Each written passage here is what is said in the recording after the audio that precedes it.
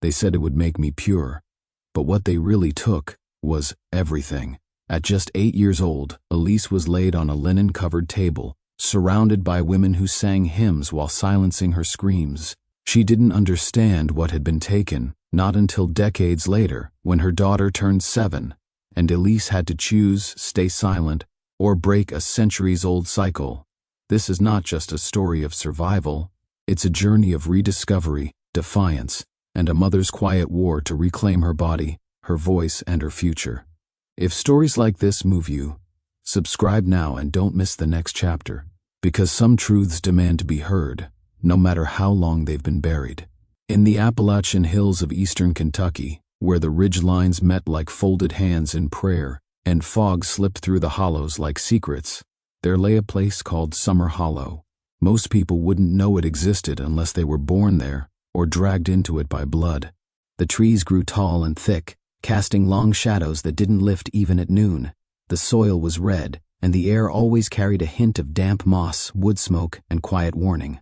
Margaret Monroe had lived in Summer Hollow her entire life. She had never seen an ocean, never flown in an airplane, never owned a telephone, and now, at 32, she was 9 months pregnant with her first child, a child conceived in silence and born into tradition older than memory. Her hands, calloused from years of canning and washing, trembled slightly as she held a cup of warm nettle tea to her lips, staring through the cracked window pane. Outside, the wind danced through the cornstalks like a choir of ghosts. The rocking chair creaked beneath her, as if protesting the weight of what she carried, not just the baby, but the history bound to it. She had dreamed of her daughter long before the midwives came, not with clarity, but with a certainty that sat deep in her bones. In those dreams, the child never spoke. She only ran, barefoot, wild, through golden fields that turned suddenly to ash. A girl chased by shadows, arms reaching out, too small to fight but too brave to stop. Margaret would wake from these dreams, with a cold sweat clinging to her skin, the sheets damp and twisted like roots around her legs. She had been 8 years old when they did it to her, taken under the pretense of a prayer ceremony, led by women who hummed hymns in low harmonic tones. They'd led her into a shed behind the chapel, one she hadn't even noticed before, and told her she was to be purified. To protect your womanhood, they said, to keep you from temptation. There was a table, draped in white linen and adorned with a wooden cross. There were herbs burning, sweet and choking, then hands, many hands, holding her wrists and ankles, while the elder woman performed what they never called what it truly was. They never named it. Not then, not ever. It wasn't until years later, after whispers in the church were replaced by absence in her marriage bed, that Margaret began to understand what had been taken from her. But in Summer Hollow, silence was survival. You didn't question the pastor, you didn't defy your grandmother, and you certainly didn't say the word cut. Now, as she pressed her palm against the curve of her belly, she felt that same silence wrap around her throat. She had told herself, naively, that it would be different for her daughter, that she would be brave. But the hollow didn't bend easily. Change here came like the seasons, slow, inevitable, but not without a fight. The elders still held the keys to every choice. They decided what was godly and what was dangerous, and a girl's body was always both. The day before the baby came, Esther, her husband's mother, had visited with a quilt in hand. It was stitched with red thread and white lilies, a symbol of purity and sacrifice. Esther had smiled that thin, unreadable smile and said, "You've done well. The timing is perfect. She'll be strong like her mother." It wasn't a compliment, it was a confirmation. Margaret had nodded, lips tight, stomach turning. That night, she sat alone in the kitchen, watching the candle flicker.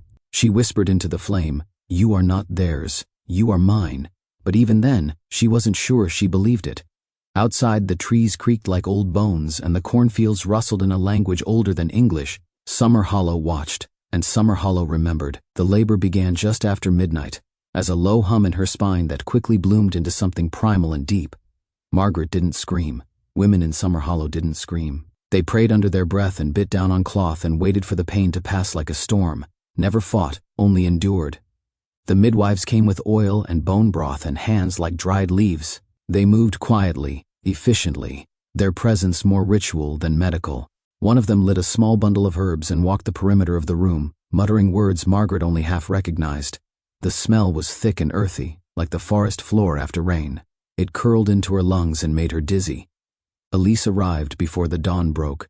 She came without fuss, without fanfare, sliding into the world with barely a cry. The room went still. One of the midwives took her gently, cradling the baby in her arms like a relic, and said, "She is whole." Margaret's breath caught on that word, whole. What would that mean truly in this place? They wrapped the newborn in the lily-stitched quilt and laid her beside her mother. Margaret looked into her daughter's face, so small, so perfect, and for a moment the hollow vanished. It was just the two of them, suspended in time, untouched by the weight of what came before or what would come after. The chapel bell rang once, a soft, low tone that floated across the fields like a sigh. The sound was not for celebration, it was acknowledgement. A new girl had been born into the fold, and the clock had started ticking. Esther returned at sunrise, her Bible pressed tight against her chest. She walked into the bedroom without knocking and stood at the foot of the bed.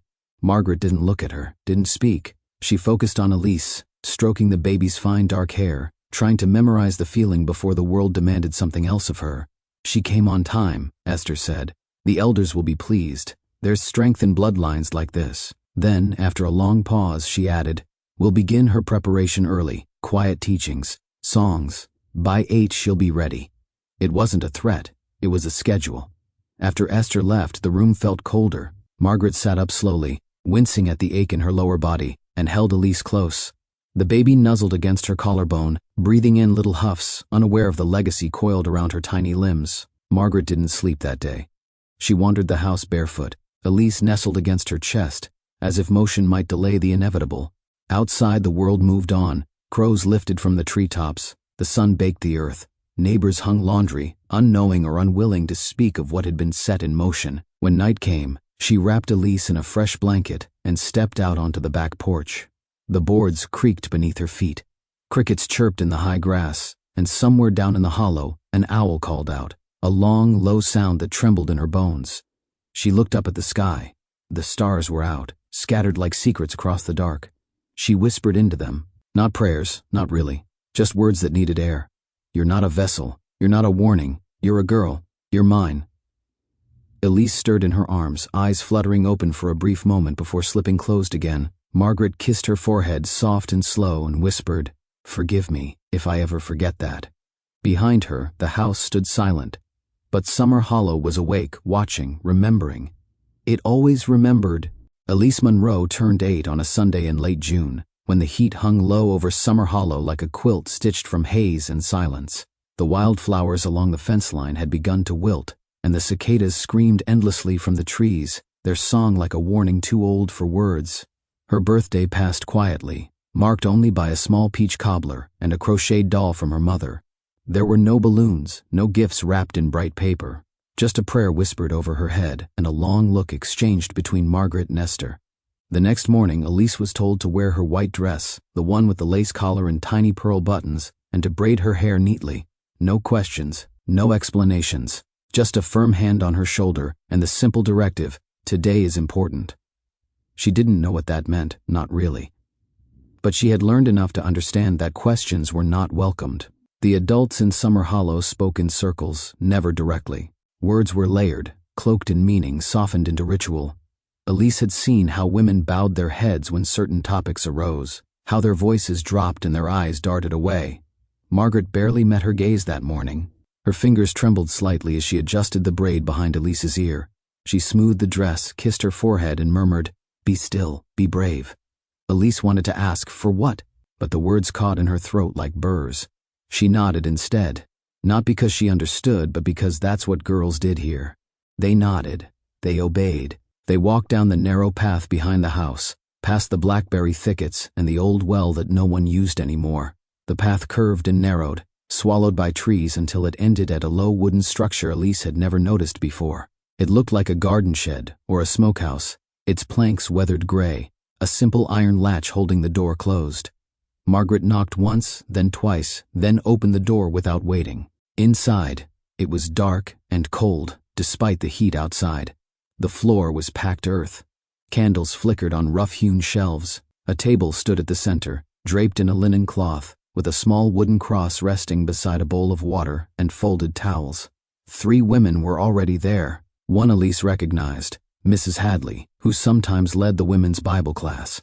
The other 2 were strangers, older, dressed in white robes with wide sleeves and silver-threaded hems. They smiled gently, but their eyes were unreadable. Margaret gave Elise's hand one last squeeze, then stepped back.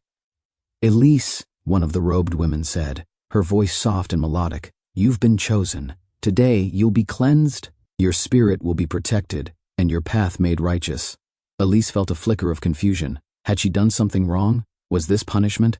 But the tone was calm, almost reverent, like the beginning of a hymn. Still, her pulse quickened. Her feet felt cold, her fingers numb. Mrs.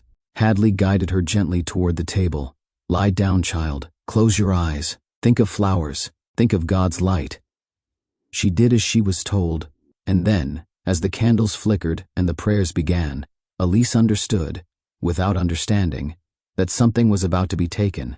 There was no pain at first, only pressure, a strange pulling sensation, and the smell of something metallic beneath the sweetness of the herbs. Elise kept her eyes shut, as instructed, but her body betrayed her. Her fingers twitched. Her breath caught. A shiver rippled across her stomach like the warning before a thunderclap. Then came the sting. It was sharp and fast, then dull and deep, as though someone had reached inside her with cold fingers and unplugged a wire she hadn't known was there. Her legs jerked. A hand pressed down on her shoulder, another on her knee. Still, no one raised their voice. The room was filled only with murmured prayers and the steady rhythm of the ritual. She didn't scream. She didn't cry. But inside, something retreated. A door closed. When it was over, they bathed her in warm water and dressed her in fresh cotton. Mrs. Hadley brushed Elise's hair and hummed a lullaby she hadn't heard since infancy. One of the robed women handed her a single white lily and said, "You are now made pure."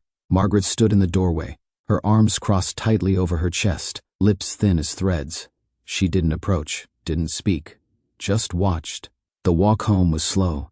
Elise held the lily carefully in both hands, the petals trembling with each step. Her thighs ached. Her stomach felt like a tight knot of twine. She didn't ask what had been done. She didn't know how to name it. All she knew was that something inside her was quieter now, muted, muffled, like a radio dial turned down just enough to miss the melody. That night she sat on her bed in silence while Margaret tucked her in. The air was thick with humidity, and the sound of tree frogs echoed outside the window. "Rest now," her mother said softly. Elise turned to her, eyes wide and unblinking. "Will it happen again?" Margaret froze. Her hand, mid-reach toward the blanket, hovered for a second before slowly pulling back. "No," she whispered, almost too softly to hear. "Not again." Then she stood and left the room. Elise stared at the ceiling for a long time, tracing the cracks in the plaster with her eyes. Her legs felt strange beneath the sheets, foreign, disconnected. She clenched her fists, not in anger, but to remind herself she was still there. Still whole, in the way a broken bone might technically still be part of the body. Days passed. Then weeks. The incident was never spoken of again. No one asked how she felt. No one offered explanation.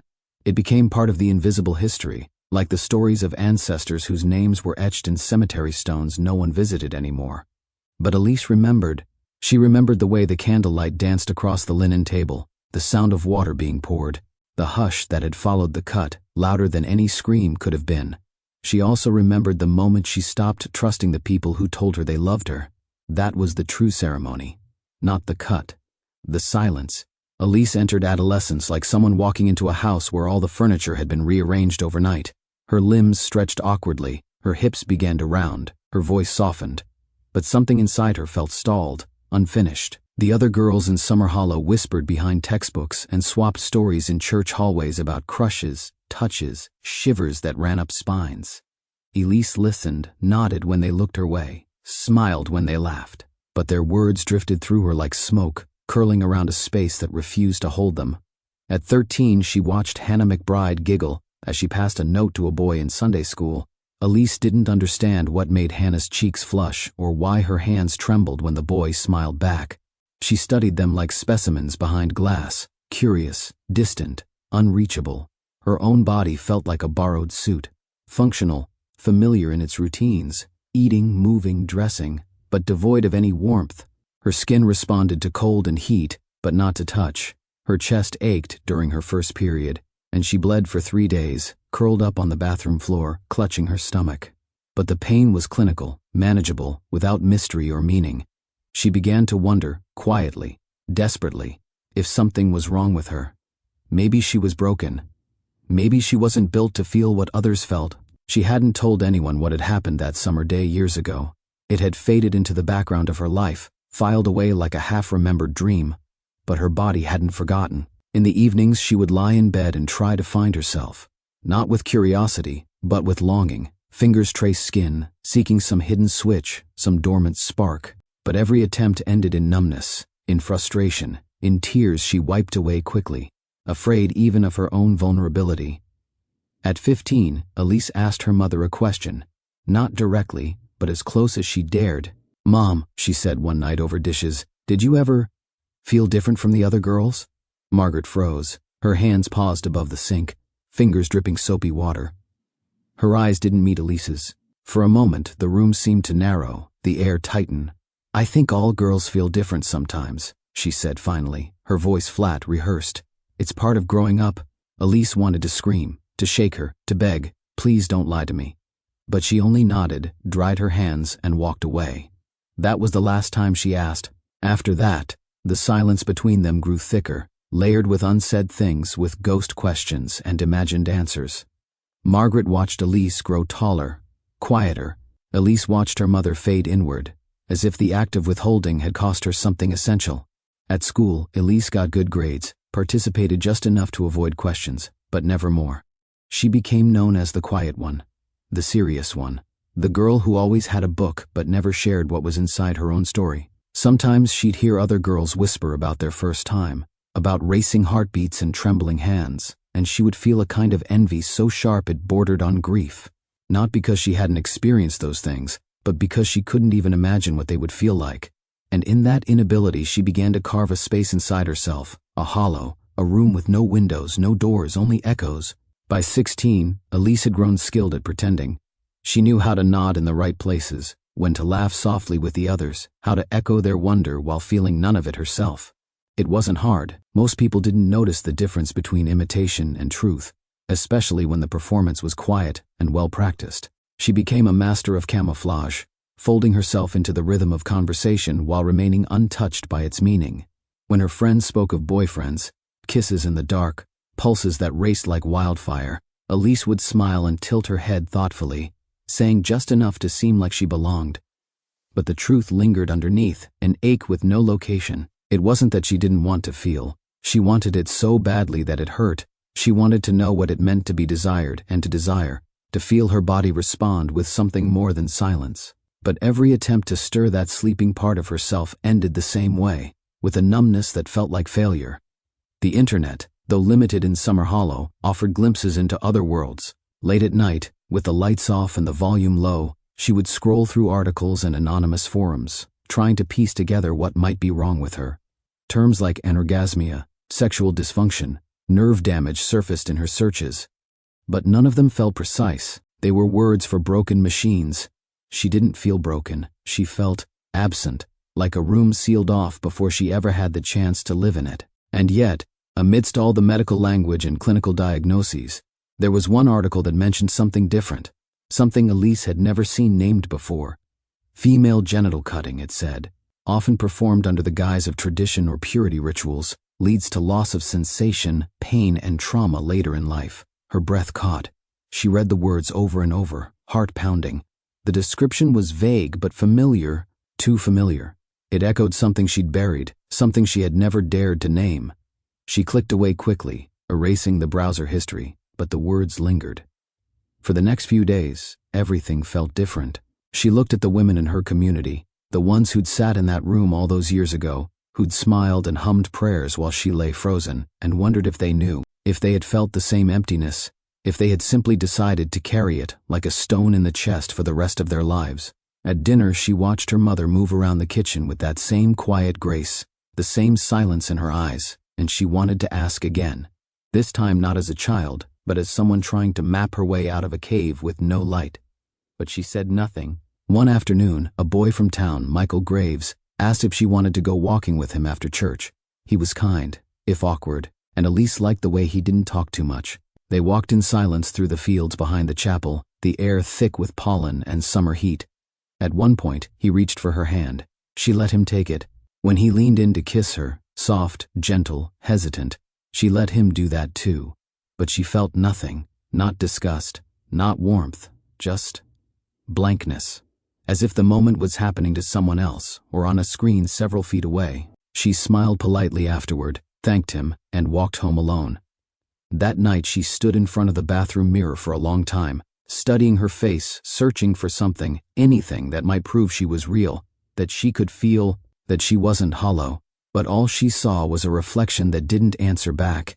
Elise Monroe married Caleb Turner on a mild Saturday in early spring, when the dogwoods had just begun to bloom, and the air still smelled faintly of winter. The ceremony was held in the chapel her family had attended for generations, beneath stained glass windows that cast fractured rainbows across the pews. There were no frills, no grand declarations, just a handful of relatives, a scripture reading, and the quiet assent of two people who had been taught that this was the natural next step. She was 24. He was 26. They had known each other since childhood, crossed paths at church picnics and harvest festivals, occasionally sat beside one another during community meals. Caleb was kind in the way some men are, a steady, soft-spoken presence who didn't demand much, who worked with his hands and kept his thoughts close. When he asked if she'd like to go steady, Elise had said yes, because it seemed like the right thing to say. It wasn't love, not in the way novels described it. It was more like agreement, like the final puzzle piece falling into place simply because it was shaped that way. Their courtship had been brief and quiet. A few walks, shared dinners, polite conversation. He'd never touched her beyond her hand or the occasional shoulder. And she was grateful for that. Grateful he didn't push. Grateful he didn't ask. The wedding night was spent in the upstairs bedroom of Caleb's family home, a room hastily cleaned and made ready with lavender soap and new bedsheets. The house itself smelled of old wood and ironed linens. His mother had left a slice of pie on the nightstand, as if sweetness could bless what came next. Elise sat on the edge of the bed, fingers folded tightly in her lap, watching the candle burn low. Caleb came in quietly, shutting the door behind him. He looked nervous, awkward in his own skin, eyes flicking between her and the floor. "You okay?" he asked. She nodded. "Yeah. Just tired." He sat beside her, close but not touching. For a long moment they just breathed in the same space. Then gently he reached out and brushed a strand of hair behind her ear. She didn't flinch, but she didn't lean in either. Her body stayed perfectly still. When he kissed her, it was soft, careful. His hands moved to her waist, tentative and trembling. She let him. She closed her eyes and tried to meet him halfway, tried to find something, heat, spark, even fear. But there was nothing, just the familiar blankness, the same hollow room where her body lived without her. She tried to focus on him, on his breath, his kindness, the way he said her name, but it all felt distant, like a story she was reading instead of living. When he asked, with quiet hesitance, "Are you all right?" she nodded again, and so he continued, not out of force, not out of dominance, but out of trust that she was present, that she wanted this too. Afterward, he held her. His hand rested on her shoulder, unsure. She stared at the ceiling, the candlelight flickering against the plaster. "Was that okay?" he whispered. She waited too long to answer. "Yeah," she said finally, "it was fine." He kissed her temple. She closed her eyes, but inside something had broken, not like a crack but like a gentle splitting, a quiet realization. This is what it means to be loved by someone who doesn't know you're not whole. In the months that followed, their life settled into quiet routine. Caleb worked long hours at the local mechanic shop, coming home with grease under his nails and a tired smile. Elise kept the house clean, cooked dinner, and tended a small garden in the backyard, where tomatoes grew stubbornly in the Kentucky clay. From the outside they looked content, two people fulfilling the roles expected of them. Inside, Elise drifted. Each night she lay beside Caleb, his breath soft and steady beside her, his arm draped loosely around her waist. He never pressed her, never demanded anything she wasn't willing to give. And so, she gave him what she could: compliance, warmth, silence. He mistook it for love. She let him. Their physical life became sparse, predictable. Caleb was always gentle, always careful. But no matter how many times he tried to draw her in, to connect, she remained unreachable. She never said no, never asked him to stop. But she never responded either. Her body acted as it should, but her mind was elsewhere, floating somewhere above, watching it all unfold like a scene in a play she hadn't auditioned for. Sometimes she wondered if he noticed, if the vacancy in her eyes or the way she tensed just slightly ever registered. But if it did, He never mentioned it. Maybe he was grateful for the calm, the simplicity. Maybe he thought this was just how marriage worked. They spoke less over time, not out of anger, but out of inertia. The silences stretched longer, filled with clinking dishes and the hum of the refrigerator. Conversations revolved around groceries, bills, small-town gossip. Nothing deeper, nothing dangerous. Elise kept her questions locked away, folded tight in the corners of her mind where even she was afraid to look. She became adept at smiling during church gatherings, at holding Caleb's hand during hymns, at nodding when people asked if they were happy. And in a way she was, at least in the way numbness can sometimes masquerade as peace. She had food, a roof, a husband who was kind. She had no bruises, no raised voices, no threats. And yet, there was an emptiness that followed her like a shadow, particularly on quiet afternoons when the wind shifted and brought with it the scent of old wood and smoke, reminders of that shed behind the chapel, the table with the linen cloth, the moment her body had been rewritten without her consent. At 28, Elise gave birth to a daughter. They named her Emma. The birth was long and hard, but something inside her softened when she first held the baby to her chest. Emma was warm and wrinkled and smelled like the promise of something untouched. Elise looked into her daughter's eyes and saw everything she had never been allowed to become. For a moment she allowed herself to believe that maybe, just maybe, she could protect this child, that maybe the silence could end with her. But Summer Hollow had long memories, traditions whispered across pews and porches, carried in casserole dishes and baby blankets. The week Emma turned 5, Esther came to visit. She brought with her a box of old family linens and a quiet certainty. "She'll need to start learning the prayers soon," she said, placing the box on the kitchen table with a soft thud. "8 comes quicker than you think." Elise said nothing. She waited until Esther had gone. Then she sat at the table for a long time, staring at the box, her fingers tracing the edges of the folded cloth. In that moment, something began to stir. Not yet a decision, not yet a plan, but a feeling, sharp, undeniable, pressing against the walls of her hollow life. She looked toward the room where Emma slept, and for the first time in years she felt heat rise in her chest. Not fear, not grief. Anger. Emma turned 7 in early August, on a day so humid it felt like walking through breath. The air clung to the skin, thick with the hum of insects and the scent of overripe fruit falling from trees. Elise had planned a quiet celebration, just the 3 of them. A strawberry cake baked from scratch, hand-drawn cards, and a plastic pony Emma had circled in a catalog weeks ago. It was small, but it felt warm. Real. The kind of memory Elise hoped her daughter would carry like a soft stone in her pocket, long after the colors of childhood began to fade. That night, as Emma slept tangled in bedsheets with frosting still crusted at the corner of her mouth, Elise stood at the window and watched the sky turn. Storm clouds were gathering in the west. Not rain, not yet, but the promise of something inevitable, something pressing against the air. The next morning Esther arrived. She carried a box, not wrapped, not hidden, just a plain wooden crate worn smooth by time and handling. She placed it gently on the kitchen table and then sat across from Elise, her hands folded neatly in her lap. "She's growing," she said, nodding toward Emma's room. "Looks more like you every day." Elise didn't answer. Her eyes were locked on the box. The smell of cedar curled from it like a warning. "I brought the materials," Esther continued. "Linens, oil, the old hymnal. We'll start slowly. Just prayers and stories, gentle teachings. You remember." Elise did remember, too well. The songs that sank into the walls, the white cloth that felt more like surrender than purity, the bowl of water, the quiet afterward, the silence that echoed longer than any voice. "She's not ready," Elise said, her voice low, barely above a whisper. Esther didn't flinch. "No girl is. But it's not about readiness. It's about obedience, about protecting them before the world has a chance to corrupt them."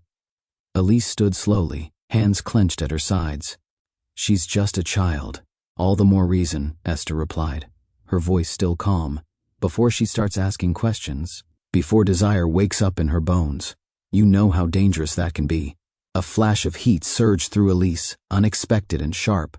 She turned away, afraid her face might betray too much. That night, she sat at the foot of Emma's bed long after the girl had fallen asleep. The room was filled with soft breathing and the faint scent of shampoo and sun. Elise watched her daughter's chest rise and fall, small hands curled beneath her cheek, and wondered how anyone could believe this child needed cleansing. She thought of her own 7th year, of the way the robed women had smiled with practiced reverence, of the sharp sting and the dull ache, and the way she had pretended not to notice when her body began to vanish. She had survived it, but survival was not the same as living, and she had carried the proof of that every day since. For the next week, she said nothing. She went about her tasks, nodded at Esther's instructions, folded the linens without comment. She needed time, not to plan, but to gather strength, to find the voice that had gone unused for so long. It had nearly rusted shut. It came back in pieces. One evening, as Caleb dried dishes beside her, she asked carefully, "Did you ever wonder why I'm the way I am?" He looked at her, confused. "What do you mean?" "I mean, distant, cold. I know you feel it. I've felt it too. For years." He hesitated, then said, "I always figured you just didn't love me the same way, and I learned to be okay with that. I thought I was broken," she said. "I thought something in me was missing. But it wasn't missing. It was taken. And there it was." The truth laid bare between them, finally spoken into air instead of silence. Caleb didn't speak for a long time. When he did, his voice was quieter than she'd ever heard it. "Does it have to happen to Emma too?" "No," she said. "It doesn't." The next morning, Elise placed the cedar box back into Esther's hands. "We're not doing this," she said. "Not with Emma. Not ever." Esther's eyes narrowed. "You're refusing the will of the elders?" "I'm protecting my daughter," Elise replied. "And if that makes me a heretic, then so be it." She expected rage, accusation, exile, but Esther only nodded slowly and turned away.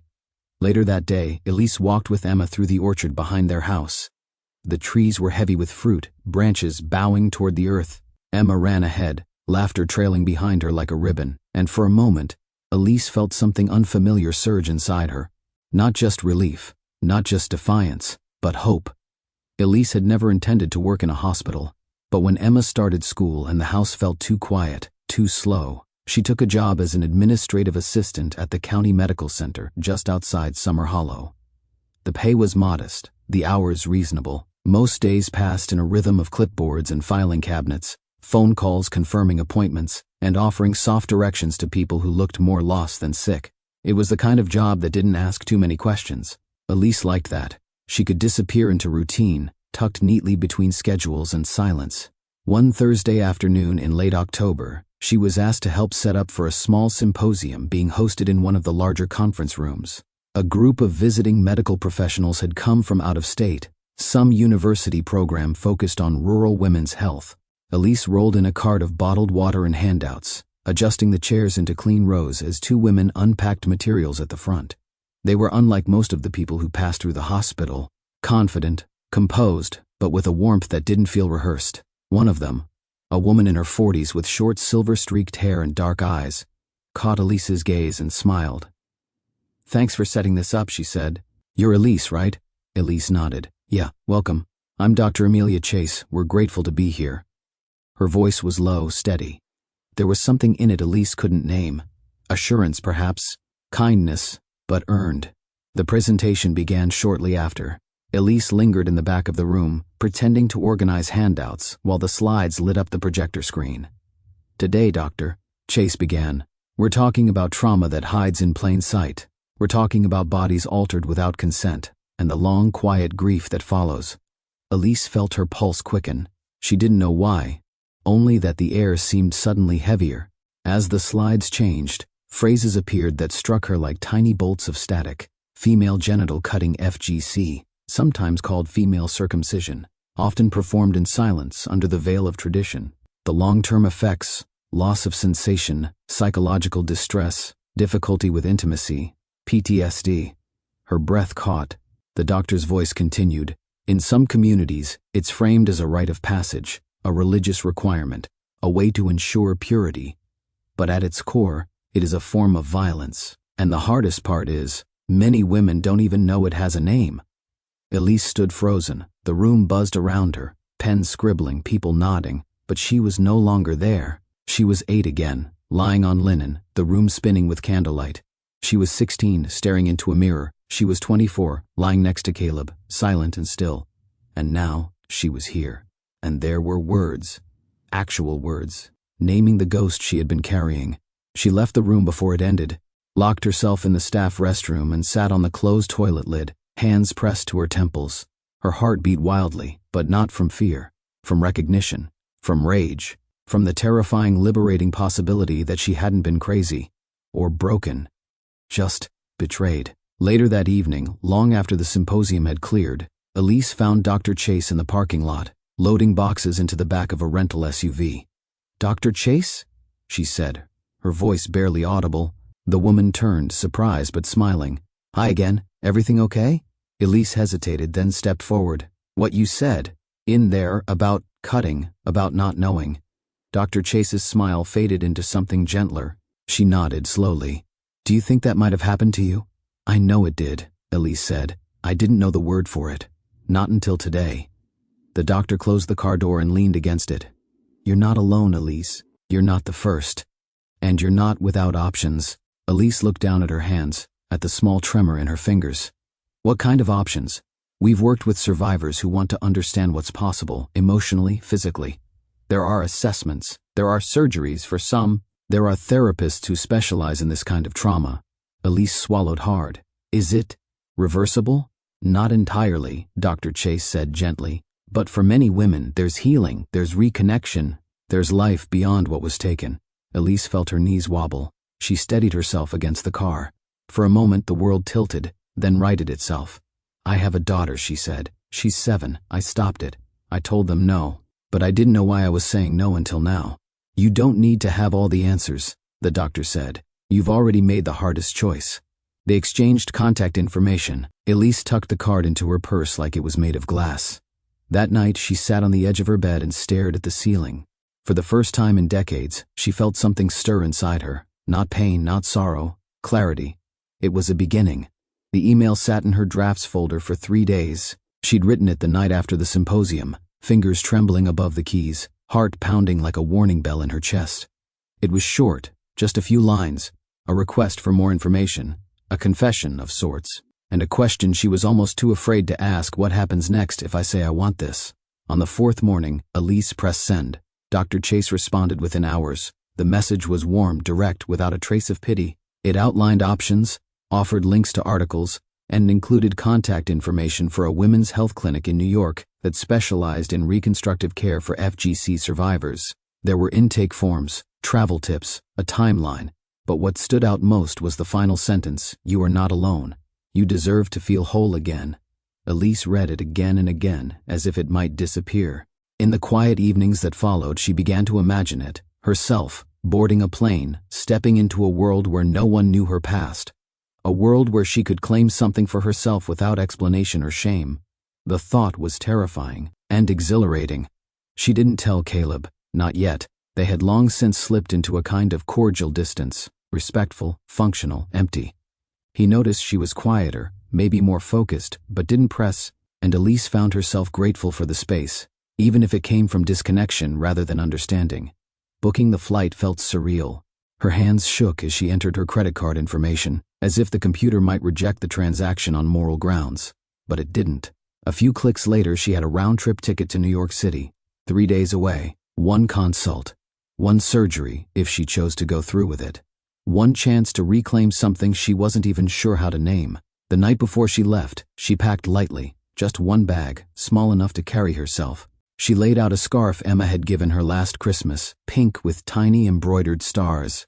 She held it for a long time before folding it gently into the side pocket. Emma watched from the doorway. "Where are you going, Mama?" Elise turned, smiled. "Just a short trip, something for my health. Will it hurt?" Elise knelt, cupped her daughter's face in her hands. "Maybe a little. But it's something I need to do so I can be better, so I can be more myself." Emma nodded, as if she understood. Maybe she did. Children often knew what adults tried hardest to hide. At the airport, Elise moved like a woman in a dream. She'd never flown before. The terminal lights were too bright, the voices too loud. But she followed the signs, held her boarding pass like a talisman, and stepped onto the plane with the quiet resolve of someone walking into a new life. As the engines roared and the ground fell away beneath her, Elise looked out the window. The hills of Kentucky faded into patches of green and gold, rivers snaking like veins across the land. Somewhere down there was Summer Hollow, tucked into itself, holding tight to its secrets. But Elise was no longer part of its silence. At 30,000 feet, she let herself remember. Not the pain, but the absence. The years of pretending, the nights of staring at ceilings and wondering why she felt like a ghost in her own body. And for the first time, she didn't push the memories away. She let them settle, she bore witness to them. Because what had been taken from her deserved to be acknowledged, and what came next would be hers alone to choose. The clinic sat on a quiet street in a leafy corner of the city, an old brownstone with ivy curling along the railings and windows that looked out onto trees just beginning to lose their leaves. Elise stood in front of the building for a long moment, her bag slung over one shoulder, heart beating a little too fast. She wasn't afraid of the building. She was afraid of what it represented. Inside, the space was calm and warm, soft lighting, muted tones, the smell of lavender and clean cotton. A woman at the front desk smiled and asked for her name. Elise gave it, surprised at how steady her voice sounded. She was led to a waiting room where two other women sat. One was older, mid-40s perhaps, with dark eyes and a scarf loosely tied around her head. The other looked younger than Elise, her hands folded tightly in her lap, legs bouncing slightly in nervous rhythm. They didn't speak, but when their eyes met, there was a flicker of something unmistakable, recognition, not of faces, but of experience, of survival. A nurse called her name. Elise stood, smoothing her skirt, and followed. The exam room was quiet. Dr. Chase was already there, this time in a white coat, her expression kind but focused. She greeted Elise like an old friend, not with pity, but with presence. "Thank you for coming," she said. "I know this isn't easy." "It's not," Elise admitted, "but it feels right." Dr. Chase nodded and walked her through what would happen, gently, clearly, without skipping the hard parts. They'd do a physical exam first. Talk through her options. There were possibilities for reconstruction, for nerve repair, for counseling and follow-up. No pressure, no rush. Elise sat on the exam table, paper crinkling beneath her, and took a deep breath. She had spent so long pretending her body was neutral territory, nothing to be hated or loved, just tolerated. But here, now, she was allowing it to matter. The exam was clinical but compassionate. Dr. Chase narrated each step, checking for nerve response, tissue condition, scar patterns. When she was done, she looked at Elise with something that resembled hope. "You have more nerve integrity than we sometimes see," she said. "There's real potential here. If you choose to proceed, I believe we can help you regain some of what was lost." Elise blinked back tears, not from sadness, but from the sudden, overwhelming realization that this wasn't the end of her story, that the numbness, the silence, wasn't permanent. "Okay," she whispered. "I want to try. Then we'll make a plan together," Dr. Chase said, "one step at a time." Back in the lobby, Elise waited to sign forms, her mind still reeling from everything she'd learned. The younger woman from before stood beside her, chewing her lip, clearly nervous. Elise turned slightly, and in a soft voice asked, "First time?" The girl nodded. "Yeah." "You?" Elise smiled. "Yes. But I think it's also the first time I felt like I might not be broken." The girl blinked, then smiled too. "Me too." They didn't exchange names. They didn't need to. In that moment, it was enough to know someone else understood. That night, in the tiny hotel room a few blocks from the clinic, Elise stood before the bathroom mirror. She looked at her face, her eyes. She touched her own collarbone, her shoulders, her stomach, not with judgment, but with curiosity, as if greeting someone she hadn't seen in years. She wasn't whole yet, but for the first time, she believed she could be, and that belief felt like flight. The morning of the operation arrived wrapped in a gray sky and quiet rain. Elise woke before the alarm, her heart already awake, thumping with a rhythm that wasn't quite fear, but close. She lay still for a moment, listening to the soft patter against the hotel window, the world outside muted and blurred. She moved through the hours like a dream. Shower, dress, check the bag she had barely unpacked. The scarf from Emma was folded in the side pocket, and she slipped it out now, smoothing it over her palms. Pink, faint stars stitched across it by tiny hands. She wrapped it around her wrist and tied a small knot. A talisman. At the clinic, the air smelled of antiseptic and lavender again. Strange bedfellows, but somehow comforting. The nurse led her through the back hallway, the one she hadn't seen before, to a prep room with soft lighting and a hospital gown folded on the bed. Dr. Chase met her there. "Elise," she said gently, "how are you feeling?" "I don't know," Elise admitted. "Like I'm about to walk into a place I've only seen in nightmares, but also, like I'm ready." Dr. Chase nodded. "That's exactly the right place to be." They went over the final paperwork together. Risks, consent, recovery plans. Elise initialed each box with a steady hand. She was afraid, yes, but not of the surgery itself. She was afraid of what it might reveal, of what she might feel when the numbness was gone. She changed into the gown, tied the back with fumbling fingers. The nurse inserted in fourth. The anesthesiologist came in, friendly and calm, explaining what to expect. Elise nodded through it all, words passing over her like warm waves, part of her still hovering above her own body. When they wheeled her into the operating room, the light was sharper, sterile. The hum of machines, the quiet clink of instruments. Dr. Chase stood by her side, one hand resting lightly on her arm. "You're safe here," she said. "This is your choice, your moment. We're here to help bring you back to yourself." Elise blinked hard, and then the anesthesia began. It was not sleep, not really. It was drifting, a letting go. The last thing she remembered was the ceiling lights melting into stars and a voice, maybe her own, maybe imagined, whispering, "You're allowed to come back." When Elise woke, the world was dim and hushed, the room filtered through a gauze of sleep and morphine. She blinked against the light, disoriented, as if she'd been underwater and had only now surfaced for air. A soft beep echoed somewhere to her left, steady and slow, like a metronome marking her return. It took a moment to remember where she was. Then the pieces began to fall gently into place. The gown, the four in her arm, the scent of antiseptic laced with something floral. Her throat was dry, her limbs heavy. But beneath all that, somewhere deeper, she felt present. Dr. Chase appeared at her bedside a few minutes later, clipboard in hand, face kind but focused. "You're awake," she said softly. "That's good." Surgery went smoothly. Elise tried to speak. Her voice came out hoarse, barely above a whisper. "I'm here." "Yes," Dr. Chase said, setting the clipboard aside and sitting on the edge of the bed. "You are, and everything looks good. No complications. We'll monitor you overnight, but I think you'll be okay."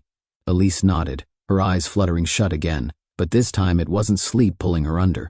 It was peace, a quiet she hadn't known her body could hold. Later, when the fog lifted more fully, a nurse helped her sit up slightly and offered her ice chips.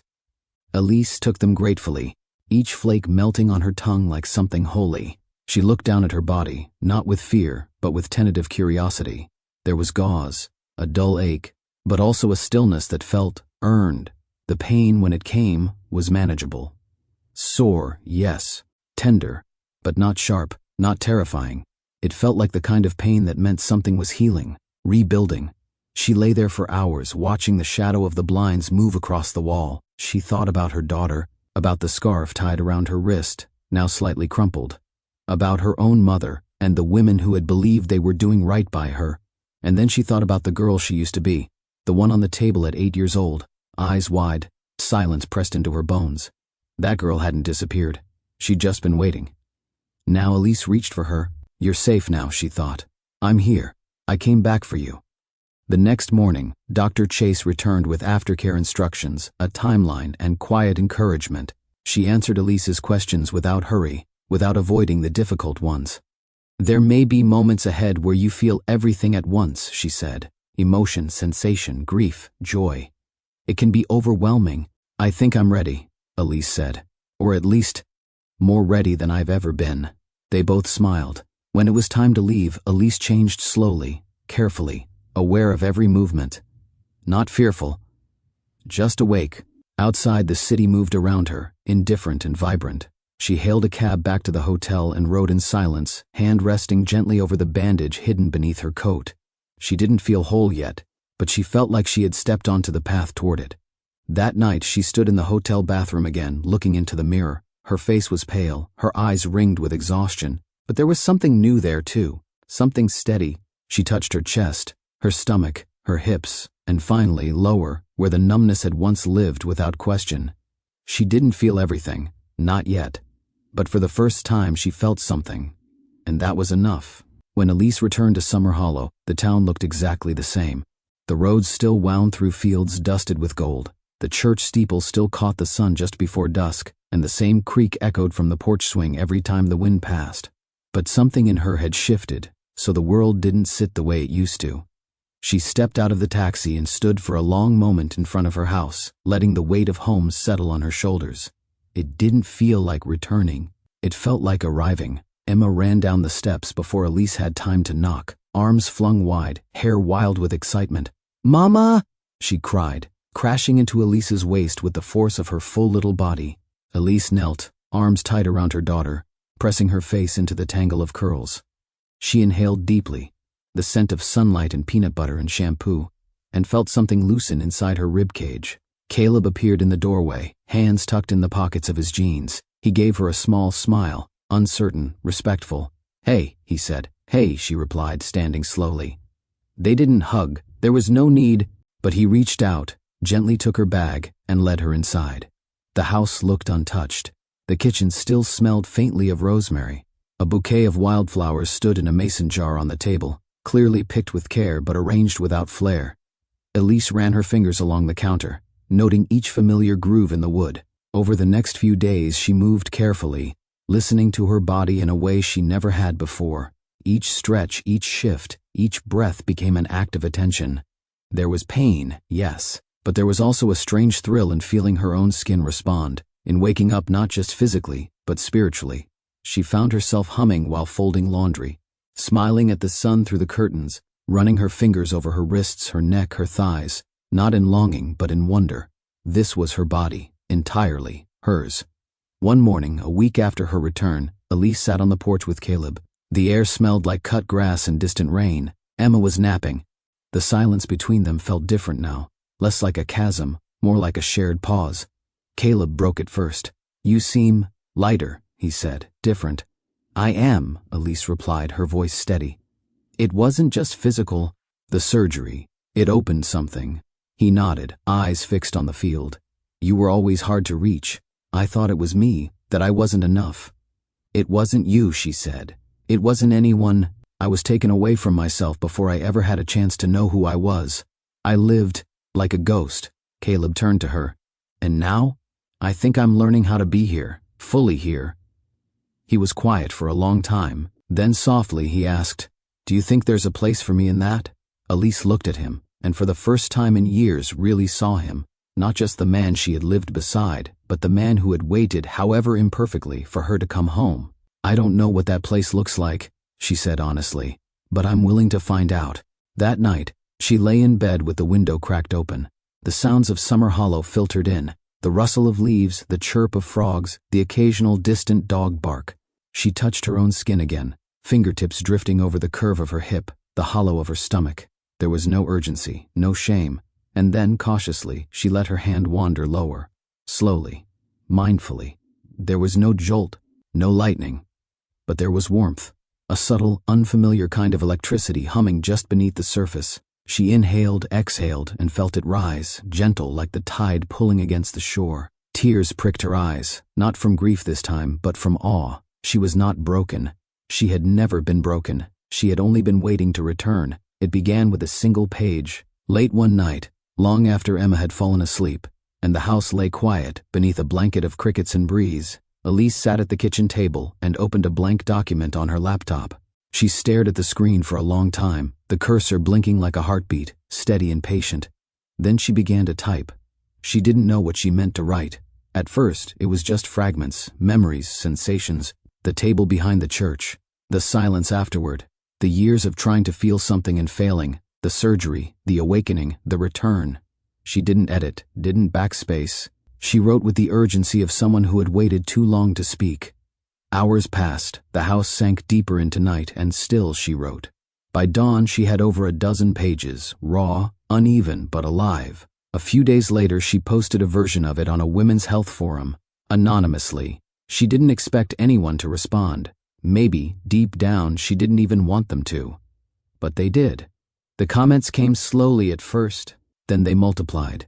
"Thank you for saying what I never could. I thought I was alone. This is my story too." Word for word, women from across the country, across the world. Strangers, yes, but sisters in silence. Their words reached across oceans and time zones, threading together a tapestry of wounds that had never healed because no one had dared to name them. Elise read every message. Some she replied to, some she printed and kept in a shoebox beneath her bed. She wasn't sure why. Maybe because seeing them on paper made them real, made her real. A few weeks later, she received an email from a university women's center in Ohio. They had read her post. They were hosting a panel on cultural silence, trauma, and recovery. Would she be willing to speak? Her first instinct was to say no. She wasn't a speaker. She didn't have credentials or training or a voice that carried in crowds, but something inside her, stronger now, more certain, said, "You've already told the truth. This is just another room to tell it in." She said yes. The night before the event, Elise stood in front of the hotel mirror, practicing her talk. Her voice wavered, cracked in places. Her palms were slick with nerves. But the words were hers, entirely. At the auditorium, the lights were dim and warm. The chairs filled slowly, students, professors, survivors, allies. Elise sat backstage, heart thrumming like a drumbeat in her chest. When they called her name, she stepped into the light. The microphone felt too tall. She adjusted it, took a breath, and then she spoke, not just about what had happened to her, but what it meant to live without ownership of one's body, what it meant to survive a violence so normalized, even the victims didn't know to call it that. She spoke about numbness, about silence, about the night she felt something again for the first time, about her daughter, about breaking the cycle. There was a moment, halfway through, when her voice caught, a pause. The room held its breath with her. And then she continued. When she finished, the room erupted, not in noise, but in something quieter, deeper. People stood. People cried. Women approached her afterward, not to ask questions, but to thank her.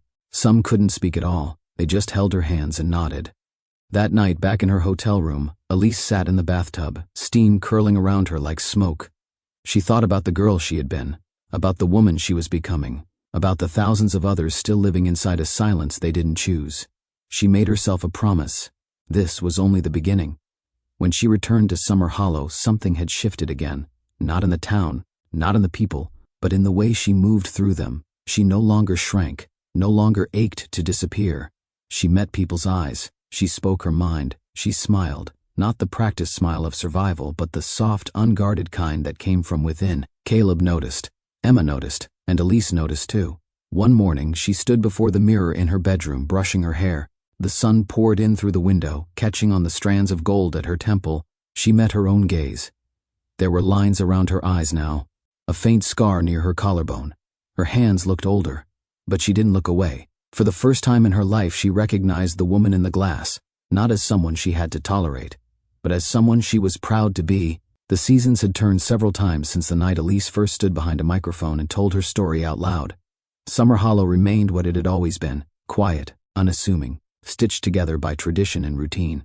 But within it, something had changed, and Elise had become part of that change. She never made announcements, never declared herself an activist, but once a month, the community center opened its side door to women from nearby towns, and Elise welcomed them in with tea and folding chairs and a softness in her voice that made even the most guarded among them breathe easier. They talked about anatomy, about consent, about the difference between obedience and ownership. Sometimes, a woman would linger afterward, eyes cast downward, voice cracking as she asked, "Is it too late for me?" Elise always said the same thing: it's never too late to come back to yourself. Emma had grown too. She was 12 now, tall for her age, all elbows and ideas, her laugh ringing through the house like wind chimes in a summer storm.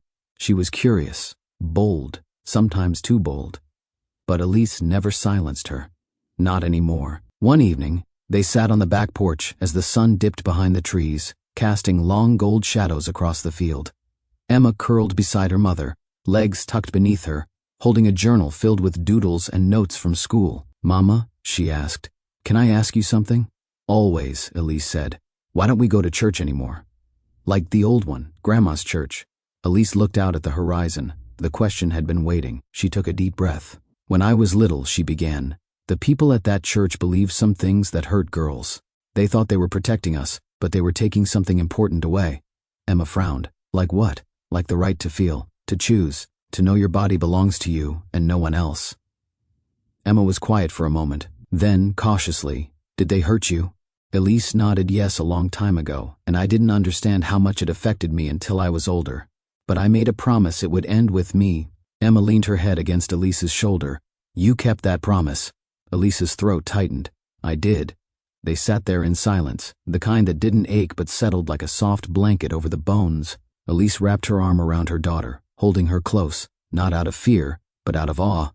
Later that week, Emma came home from school waving a permission slip for a health class. Elise read it carefully, then smiled. Looks like they'll be covering puberty and personal boundaries, she said. Emma groaned. It's gonna be awkward. Elise laughed. Maybe, but also important. Can I talk to you instead? Elise set the paper down. Always. And so they talked, openly, honestly, about hormones and identity, about what felt safe and what didn't, about how to say no, and just as importantly, how to say yes when it came from a place of knowing. There were still moments when Elise felt the shadows stir, old ghosts knocking on the walls of memory. But they no longer ruled her. She had built something stronger, truth, connection, and a legacy not of pain but of protection. One Sunday afternoon, Elise returned to the community center after one of her talks. A woman in her 60s lingered at the door, arms crossed tightly, eyes full of history. You really believe all this? The woman asked. That we can undo what's been done? Elise thought for a moment, then replied, I don't think we undo it, but I think we can grow around it, make something new. The woman didn't respond, but she didn't walk away either. As Elise drove home, the late spring air was filled with the scent of honeysuckle and damp soil. She pulled into the driveway to find Emma barefoot in the yard, arms stretched wide, spinning in lazy circles beneath the evening sun. Elise stepped out of the car and watched for a moment, smiling. Then she walked into the yard, kicked off her shoes, and joined her. They didn't speak, just twirled, side by side beneath the open sky. Two women, 2 generations, both free. If this story touched something deep within you, you're not alone. Elise's journey may be unique, but the questions she faced about silence, pain, and healing are ones many carry quietly for a lifetime. And sometimes the most powerful thing we can do is listen. If you're still here, thank you. Your time is valuable, and we hope this story offered you something worth holding on to. Maybe a truth, maybe a question, maybe just a little more courage. If you'd like to hear more stories like this, real, raw, and deeply human, please hit that subscribe button. It helps us reach others who might need to hear this too. Until next time, take care of your story. It's more powerful than you think.